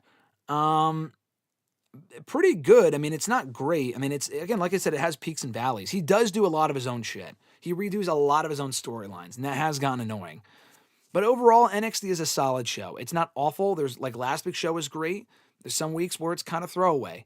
So it's 50-50. I think overall it's a pretty decent success rate. Better than it was when NXT 2.0 first started. That show was almost unwatchable at that point. Grunt said, not to get into a tribal war started here, but I personally rather be overstuffed with great wrestling than watch a 5-match card of decent to good matches with a fuck ton of ads. That's totally fine. I get that. I totally understand that. I mean, the AEW pay-per-views, they're just too fucking long for me. At least the WWE shows are somewhat shorter. The AEW shows I could do without the 14-match card. But Double or Nothing was definitely better than Money in the Bank. So, I don't know. I enjoy both shows a lot. I enjoy both shows for different reasons. I feel like there's a happy medium there. You can have a 5-match card with less ads and sponsorship bullshit with kick-ass matches.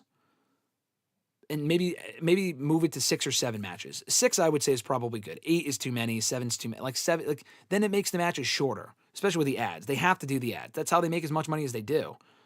AEW doesn't deal with that shit, but they have like fucking 10 match cards and the matches are all like 20 minutes. I could do without that. So a happy medium would be best, in my opinion. How many matches do you want an All In? I mean, ideally like 8, but AEW doesn't do 8-match cards. That's what I'm saying. They do 10 to 12 every fucking time, including the pre-show. They had 2 matches in the pre-show this past time, which I appreciated. Not 4, which is ridiculous. And it's usually matches no one gives a fuck about and no one remembers. But this time I would say 8. Yeah, I know it's All In. I mean, WrestleMania is the same thing. All In's not 2 days. If WrestleMania was still 1 day, I would say 8 matches for WrestleMania or 9 matches max. Not everyone needs to be on the show. And if you do a gauntlet eliminator or whatever, everyone can get on the show that way.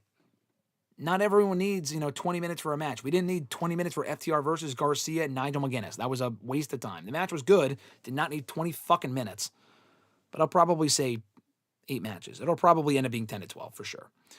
Alexis said the whole point of the new NXT was to be a way to develop the younger talent, so I give them credit. I mean, yeah, they needed to change the way they were adapting their strategy to creating talent, which they have. A lot of the talent on the main roster now, whether they came from the indies or especially from the PC system, started in NXT. I still feel like NXT was creating stars even under the old system before NXT 2.0 became a thing. I feel like there's a happy medium there between hiring people that have experience and hiring people that are only NIL talents.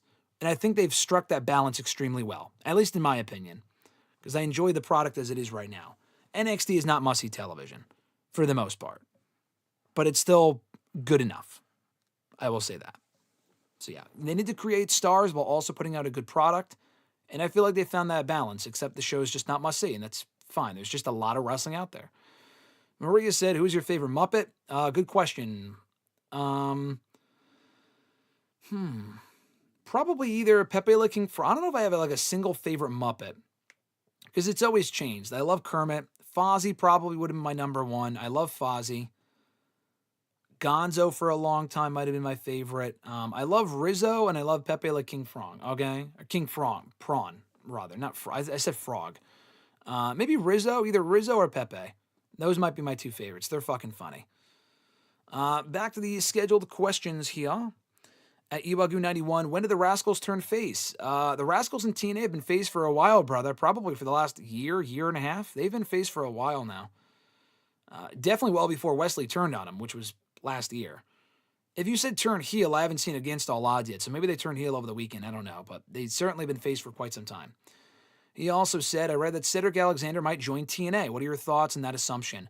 I think it's great. I'm honestly a little surprised. I thought AEW might hire him to be part of this Hurt Syndicate reunion.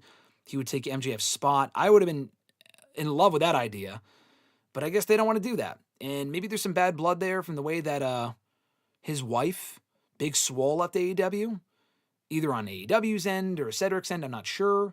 I would love to see him in AEW. It doesn't look like that's in the cards right now, because if it was, they probably would have snatched him up immediately, and they didn't. But if he goes to TNA instead, hey, that's fine. I just want to see him somewhere doing something. I know he's killing on the indies right now, but Cedric is great. He can go back to Ring of Honor, but no one really watches Ring of Honor. I feel like that'd be a waste of Cedric. But TNA would be cool. I don't think he ever went to TNA, so yeah, Cedric and TNA would be awesome. His next question, do you think that Cedric Alexander, I read the previous question by accident. Do you think that Stephanie Vaquer's appearance on Raw, on the Raw after WrestleMania 41 was the reason for her call-up? No, I think they were already planning on calling her up imminently anyway, which is why they gave her the title so soon. They had her on Raw a couple times after Raw, or on Raw after Mania, because they were planning. I mean, I think they were always planning on having her on the main roster for around Evolution. I think that was always the plan. Jordan Grace too. I don't think that was an imminent, like a impromptu decision. Julia and Roxanne showed up because they were getting called up. Stephanie showed up because they were testing the waters for when she would get called up in a couple months from then. I don't. Maybe it's possible that wasn't the plan. And then they were like, shit, she's over. We should call her up. That is possible, but I think it was always the plan to have her on Raw soon after Mania and to wrap up her title run on the quicker side. I'll wrap up with these 2 questions that were sent in ahead of time, and then I'll read through the chat before we head on out here. Millennial Noob, Millennial_Noob, he was here earlier in the chat, but he sent in this question as well. He said, what are your thoughts on Ron Killings' return? And do you think it was a work? To me, I don't think it's a work. I believe that we all knew his return happened because of the fan backlash. I agree. I wanted to want to rant about this earlier, so check out my rant on that. But no, it was not a work. Triple H implying that it was is just disingenuous and stupid. It's an attempt to discredit the media. So that's fucking bullshit, I think. And there's some media that are garbage, but the people that he's discrediting are legitimate. People like PW Insider and Fightful. Last year he did that and he apologized to them. So what's the reason this time? You know what I mean? And it's not like, oh yeah, he said it on the show. He didn't say it on the show. He said it on their pay-per-view press conference. Is that a WWE kayfabe environment? No, it's not. They talk in kayfabe sometimes. Sometimes they don't. Fucking pick a side. I mean, it's ridiculous. So anyway, no, it's not a work. In short, it was not a work. And lastly, at Wheeljack83, this is Jeffrey's question. He said, is Triple H starting to chafe from criticism? Chafe from criticism is quite the interesting term. I like how you worded that. Yes, he is. I feel like for someone in Triple H's shoes that as a booker was... take care, Emmanuel. Thanks for joining. Thanks for the great questions, too. But for Triple H, for someone that was praised for so long in NXT and then again on the main roster when he first took the book 3 years ago, he's probably not used to criticism, like an overwhelming amount of criticism. He's getting that now. And it's evident that he's bothered by it based on his comments like, oh yeah, fuck you and enjoy the show, basically is what he said. Yeah, that is coming from someone who can't take criticism. I feel like Tony Khan was in the same boat for a long time as someone who was praised for years as a head booker. Then the company's creative started to suffer, and he didn't really know how to handle it. I mean, Triple H is much more petty about it, but Tony Khan didn't even really handle the criticism either because he doesn't answer any fucking questions sometimes. Because that's coming from someone who was praised for such a long time and he can't really handle being criticized. Not everything you touch is gold. I'm sorry. So yes, he is starting to chafe from the criticism. It's more about how he handles it, how he responds, how he books going forward. The show overall is still very good and I enjoy it. But the way that he kind of reacts to things like, oh, just enjoy the show is such a bullshit response because it's fucking nonsense. I mean, sometimes there are criticisms from certain fans that are toxic and stupid that are not valid. But there's a lot of very valid criticisms from people that know what they're talking about, that want to see the show get better, that he just brushes off because it's, you're just a hater. Like, no, like this is a very common thing to criticize or complain about or vent about or whatever. So yes, he is starting to chafe from the criticism. I like that question. Let's see, back in the chat here, I think Richie said, would you say with a different landscape in wrestling, that's what's hindering NXT from reaching that bar, is talent getting called up too soon? I don't think so. That's a good question. I don't think so. I mean, to me, NXT had a lot of people get called up all the time. There's a bigger turnover rate in NXT now compared to in years past, but it's all about how you make the most of who you have. They can have a small roster. How are you booking the people that you have? There's a lot of great people in NXT. But the booking is still very safe. It's very similar to Triple H's booking. Shawn and Triple H are very similar bookers. Triple H was so different from Vince, and that's why a lot of people preferred Triple H, because Vince's booking was so sporadic and garbage a lot of the time. NXT's was much more safe. It's still safe, but so is the main roster, so it's not really much of an alternative. The quick call-ups could be a factor, but they still have a lot of great women left over, so it's not like, oh yeah, NXT's ruined because they don't have Julia and Stephanie. I don't believe that because they still have a lot of great talent they can build around. But like JC fucking Jane, give me a break. That's trash. Like, put the belt on someone else. But it's probably transitional because since we spoke last, Mariah May's in NXT now. So that's probably why they did it. Yoey Spangucci, Velveteen Dream, what could have been? I agree. He could have been a big star, had the stamp of approval from a lot of top talent in WWE, and he flushed it right down the toilet. And he ain't coming back, nor do I really care to see him back at this point. That ship sailed a long time ago. Alexis's favorite Muppets are Miss Piggy, Beaker, or Pepe. All great picks. Richard said, as much as they want to treat it as a third brand, it's still developmental. Just wish they didn't treat it like as such sometimes. That's the thing. I mean, they're so fucking back and forth. It's like TSA. It's like the TSA, where you go to the TSA, at least in our airport here in Connecticut. You go through TSA at the airport. I take my laptop out of the bag. They basically treat me like I'm a dumbass, and they're like, why did you do that? And I'm thinking, well, that's what you did last time. Like, I was told to take it out of the bag last time. They're like, no, you can keep it in the bag. I go the next time. I don't take it out of the bag. And they're like, well, you got to take it out of the bag. I'm like, well, you fucking told me last time I was here a month ago to keep it in the bag or to not keep it in the bag or whatever the fuck. My point is that they don't know what they want. The TSA constantly changes. WWE doesn't really know what they want NXT to be. They call it a third brand, and they get offended when you call it developmental. When it was developmental, when NXT 2.0 first started, they got offended when you called it a third brand. Oh, don't treat it like a third brand. There's a learning curve there. It's developmental, of course. Well, what the fuck is it? It is a third brand, but at the end of the day, it is still developmental. If it was a third brand on the level of Raw and SmackDown, people would be getting moved from Raw and SmackDown to NXT. Now, they do that now, yes, but a lot of those people get fired, first of all. And second of all, they do that really to benefit NXT and to give that person something to do. Otherwise, they get, they're just not on TV. It's not like the top-tier talents, the Codys, the Punks, are getting drafted to NXT. That moreover than anything. And the pay scale. They're not getting paid the same as the main roster. And they're not fucking traveling as much. It's not a third brand in that way. It's a third brand in that it's on TV. But beyond that, it's developmental in almost every other aspect. Johnny said, which former AEW wrestler has been used the best in WWE? Excluding people who were in WWE before. So, yeah, the answer would be Cody. But if we're excluding people like him and Punk and whatever, probably Penta. Honestly, because, who are we going off of here? Ethan Page has had a great run, so maybe Ethan Page. But Penta went right to the main roster. He was immediately over, sold a lot of merch. Not Ray, Phoenix. Jade has done well, but she was gone for a little while, and she's still kind of finding her footing in the ring and whatnot. Jade's done well. Lexis King, no. Sean Spears was already in WWE. Ricky just got there a couple months ago. Rusev and Black were already there. Mariah May just debuted. Blair Davenport, would you consider her? But even, she didn't even have really much success either. So I wouldn't count her either. So yeah, probably Penta, to be honest. I know he hasn't won a championship yet, but unless there's someone that I'm not thinking of, it would have to be Penta. Penta was already a big star in that company. He's not main eventer, but he's right where he probably should be. And he's already over, having great matches, and people are into him, and he's making money. And that's what they give a fuck about. So probably him. Or Ethan Page. Richie said Ethan Page or Ricky Sainz. Ricky Sainz has been doing well, but he's only been there for a month or two, or maybe 3 months, I guess. Ethan Page is probably, if not Penta, Ethan Page. He's had a great run in NXT. Johnny said, when should Stephanie win the IC title? Not anytime soon. It's kind of currently occupied in the whole Lyra, Becky, Bayley thing. And I think Lyra should be Becky for the belt to get it back at some point.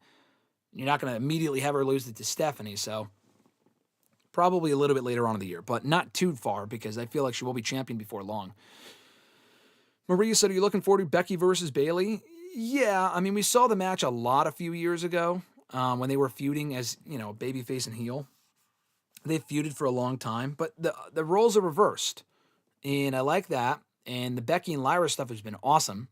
Adding Bayley back in makes sense because she was attacked by Becky before Mania. So, yeah, I am looking forward to it. Am I super excited for it? No. But that's just because we've seen it a few times before. Yes, no Richie, no 24-hour stream today or Tyreek. Tyreek might still pop up. I don't know. But no 24-hour stream, I'm sorry to say. Grunt said 6 to 8 is definitely the sweet spot for me. I thankfully don't have to watch the pre-shows. So I don't count those towards the total, but I understand why you do because it's part of your job to watch them. Yeah, honestly, and even with the pre-shows do not need to be an hour and a half long. WWE's pre-shows are egregiously long, but there's no matches on them, so I don't watch them. You know what I mean? If there's matches on the pre-show, I have to watch them, have to review them, have to know what's going on. If I didn't watch the pre-show, but even the main card, honestly, Double or Nothing being 4 hours and 15 minutes is way too long. Even if you don't include the pre-show, that's just way too fucking long. Just start the show earlier. Don't do it on Sunday night at fucking, I don't know, man. It's just, those shows go way too long. They can be shorter with less matches, and it's okay. No one will complain, I promise you. And not to you, Grunt. I'm just saying in the general sense. Fernando said, why do you think Triple H has become hostile to the media lately? Because it's hard for him to take criticism, like I said. I think he's not being told that he's constantly great at what he does, so he's taking it out on the media and trying to discredit them to make himself and the company look better, to be honest. Pseudo said, watch Chad Gable's interview on the Not Sam podcast. That I guess is officially WWE now. He answered some tough questions about El Grande. It was a good interview. Yeah, I forgot he was in the Raw recap show. I don't watch that. I used to watch Raw Talk and shit. Since they discontinued Raw Talk, I do not watch their new podcast. Thank fucking God. I would be I have zero interest. The Raw Talk stuff had some newsworthy bits about it. The new podcast really doesn't. And if it does, I'll just see it on Twitter. Johnny said Tony Khan signs NDAs with himself and his father so he doesn't have to answer questions. I don't know if NDAs have to do with that, but he definitely does not answer questions. Triple H is turning into Dana White low-key, Richie says, talking back to the media in a very aggressive manner, albeit not anywhere near as toxic, but his attitude has certainly changed. I agree. Very Dana White-esque, but Dana White is way more aggressive, like you said. Yoey Spingucci, Hunter speaks in too many riddles. He is. He's like, oh yeah, just wait and see. I know you can't give away the entire, recipe to your fucking, the ingredients to your recipe or whatever you want to say, but sometimes he just doesn't answer shit. And the way he answers shit is also garbage. Like the way he responded to the whole lawsuit last year was garbage. Yeah, it sounds like TSA is rubbing me. It might be just a me thing. Maybe they just pick on me for some reason. I don't know. Yoey Spingucci said Hunter should be used to criticism the way that he caught flack for burying people during his in-ring days. You would think, that's why I said during his Booker days, because he totally caught criticism from fans during that period. But he probably wasn't used to the universal praise while he was a Booker, so he got too used to it, I guess. Eric Douglas said Liv versus Nikki could cook. I don't know if it's going to cook, but I think the match could be fine. Let's see. Brian Pillman has done incredible in NXT. I don't know if I would use the word incredible, Eric, but he's done well. I like Lexus King. He won the, Heritage Cup title for whatever the fuck that's worth. I think he's decent in the ring. There's people that have done way better than him. I like Brian Pillman Jr. I'm just saying, to use the word incredible would be not accurate. I mean, he doesn't win a whole lot of matches. It's not like he's the most over guy on the show. He's very much a lower mid-card guy. Let's not over-exaggerate here. You can look, but you can't touch, Richie says. Or sings, rather. I'm not going to sing it, but I know what you mean. When should Zelina or Julia dethrone Zelina? Probably on the sooner side. Julia's not in the women's King of the Ring or Queen of the Ring tournament. Neither is Zelina. So that tells me they're doing that match soon, and Julia's taking that title very, very soon. Probably even before Evolution, if not at that show. And he also says, I'm sorry I'm late. Don't worry about it, Derek. Glad you could join us at all. Micah said, where does Jey Uso go from here? Micah, first of all, great to see you here in the chat. I honestly have no idea. Unless he immediately reunites with Jimmy, which I wouldn't do right away. I don't know. I don't want to see Gunther and Jay again. I really don't think they should go back to that. I'm fucking done with that. Richie said main event with Tozawa. That's harsh. He is main event Jey Uso after all. I mean, that's true, Richie. I really don't know. I mean, who would you have him work with? Him and Rollins would have made sense. But are they going to really do that feud over not the world title? Like I heard they might do Rollins and Knight. I love that idea. But that's not Jay. So I don't really know what you do with Jay. Honestly, I'm not really sure. I guess we'll have to wait and see. I don't know. Maybe he takes a break. Could benefit from a break. I don't know. Micah said, WWE needs to turn John Cena babyface. We got 19 dates left, and I'm ready to root for him now. We did the heel turn experiment. Let's move on, please. I think we'll probably move on by SummerSlam. I would say extend it, but the heel turn has sucked. It has not been great. It's not been awful, but it really has not been great at all. So maybe on the sooner side, we can turn it back babyface probably by SummerSlam. I think he'll lose the belt back to Cody at SummerSlam, either turn babyface on that show or soon after. That's my prediction. Grunt said, appreciate how much Tony Khan loves Ring of Honor to the point where he's still trying to get it on TV as it's its own thing because he doesn't want it to have it just absorbed in AEW. But at this point, maybe it should. It's been 3 years. It's been long enough that it's been on behind a fucking paywall. Just give up. I'm not saying close Ring of Honor's doors, but he's not putting any effort into it. Either appoint someone to book it or he should have just put it on the CW when he had the chance. Honestly. Because it's just, the way that it currently stands, Ring of Honor is not Ring of Honor anymore. It's just dark. Just call it what it is. Fernando said, do you think Jey Uso will ever get to the world title or ever get close to the world title again? I do. If he stays over, I do think he'll either have another run as world champion at some point or at least get close to it and challenge for it. Totally possible. I don't think he's going to have the Jack Swagger treatment or Jinder Mahal treatment. I think Jay's better than that. He's more over than that. I don't think it's one world title run and then it's done for good. I think he will be back at that level again, whether he wins it or not. And he really doesn't need to win it because I don't think Jey Uso's ever really that much of a main event caliber performer anyway, at least in my opinion. Micah said, also Rollins didn't need the briefcase. I agree. I've said that before, and I was not happy when he won. I thought that was garbage. Richie said, I'm going to go grab my lunch and head on my break. W stream, W chat. Love you all. Be safe and enjoy the rest of your day, peeps. Thank you, Richie. Always great to see you in the chat. Much love, brother. I'll talk to you soon. And thanks for joining in as always. Shout out to Richie and the rest of the chat. I will shout out Richie again in a moment before we head on out here. And shout out our channel members. Fernando said, what do I think is next for Lyra? Still challenging and feuding with Becky. I think the feud is great. I don't think it's stale yet. I would keep it going. I think we might get Becky, Lyra, and Bayley in a triple threat at Evolution because Bayley came back on Monday. So Lyra lost the belt.